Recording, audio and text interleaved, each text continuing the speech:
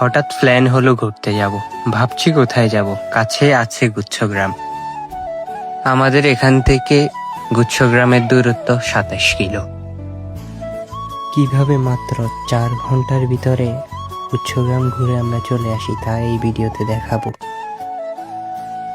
Hello guys, আমি সাইদুর রহমান চৌধুরী নিহাল। আশা করি আপনারা সবাই ভালো আছেন, সুস্থ আছেন। আলহামদুলিল্লাহ, আমিও ভালো আছি। আজকে গিয়েছিলাম গুচ্ছগ্রাম, তাই ভাবলাম আপনাদেরকে শেয়ার করি। সকাল ৬টায় আমরা গুচ্ছগ্রামের উদ্দেশ্যে রওনা দিই। দেখুন, কথা বলতে বলতে ভুলেই গেলাম, আজকে আমার সাথে যাচ্ছিল সৈকত, আরিফ, হাসান। অনেকে জিজ্ঞেস করেছিল এতদিন আমি কেন ব্লগ দিইনি। আসলে এতদিন আমার পরীক্ষা ছিল, তাই ব্লগ দিতে পারিনি। এখন থেকে নিয়মিত ব্লগ দেওয়ার চেষ্টা করব ইনশাল্লাহ।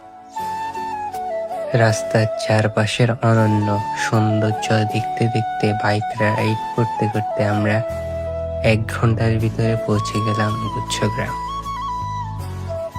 আমরা রওনা দিয়েছিলাম সকাল ৬টায়, পৌঁছে গেছি ৭টায়, অর্থাৎ ১ ঘন্টা লাগলো গুচ্ছগ্রাম আসতে।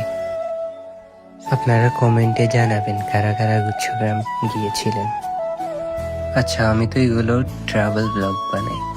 সামনে থেকে রেগুলার ব্লগ অর্থাৎ ডেইলি ব্লগ বানাবো, ওইটা আপনারা কমেন্টে জানাবেন। কথা বলতে বলতে আমরা চলে আসলাম গুচ্ছগ্রাম।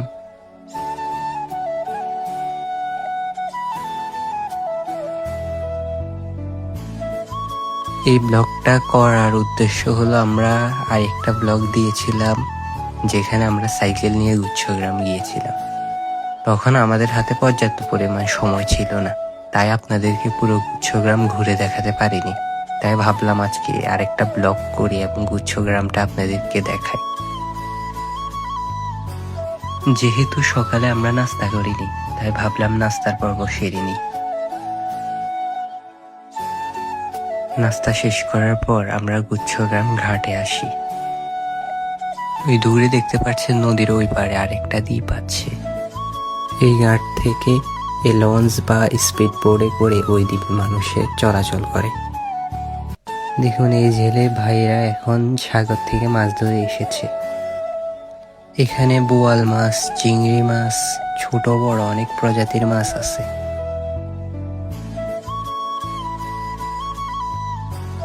এরপর আমরা ভাবলাম গুচ্ছগ্রামের আরেকটু ভিতরে যাব, কিন্তু একটু যাওয়ার পরে দেখি রাস্তা শেষ। আপনারা যারা গুচ্ছগ্রাম আসতে চান, কখনো সকালে আসবেন না। সকালে আসলে জোয়ার দেখবেন না, তখন ভাটা চলে আর প্রচুর রোদ থাকবে। আপনি যদি জীবনকে উপভোগ করতে চান, তাহলে প্রচুর ঘুরতে হবে, দেখতে হবে এবং চ্যালেঞ্জ গ্রহণ করতে হবে। আমার ব্লগ কেমন লাগে আপনারা সবাই কমেন্টে জানাবেন। ভালো লাগে কিংবা খারাপ লাগে সবে জানাবেন।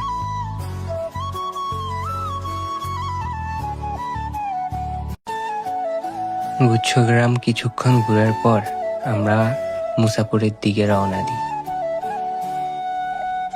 ভেবেছিলাম গুচ্ছগ্রামের সাথে আপনাদেরকে মুসাপুরটাও দেখিয়ে দিব, কিন্তু আর পারিনি, কারণ আমাদের মোবাইলে চার্জ ছিল না। আপনারা সবাই হয়তো জানেন, গত বছর বন্যার কারণে মুসাপুরের সুইচ গেট ভেঙে গিয়েছিল। ওই কারণে জোয়ারের পানি ভিতরে ঢুকে মুসাপুরে ঢোকার সময় যে রাস্তাটা আছে, ভেরির রাস্তা, ওই ভেরির রাস্তাটা ভেঙে গিয়েছে। আপনারা মুসাপুরের ব্লগ চান কিনা কমেন্টে জানাবেন।